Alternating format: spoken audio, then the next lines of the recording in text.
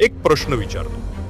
आपण भारतात राहतो, पण अनेक वेळा आपल्यालाच वाटतं आपल्या देशात खास असं काही नाही. पण मग जग भारताकडे पाहतं आणि भारताला म्हणतं देवभूमी. का? फक्त श्रद्धेमुळे की काहीतरी अजून आहे? हिमालय, जगातली सर्वात मोठी पर्वतरांग, तीच भारतासाठी नैसर्गिक सुरक्षा कवच आहे. इथूनच वाहतात गंगा, यमुना, गोदावरी, हजारो वर्षापासून जीवन चालवणाऱ्या नद्या. इथे ऋषींनी गणित मांडलं, खगोलशास्त्र मांडलं, आयुर्वेद आणि योग तयार केला. आज जग योग शिकायला भारतात येतं, ध्यानावर मॉडर्न सायन्स रिसर्च करतं. आणि आपल्या मंदिरांची रचना फक्त दगड नाही, ती जिओमेट्री, वास्तू आणि साऊंड सायन्सवर उभी आहे.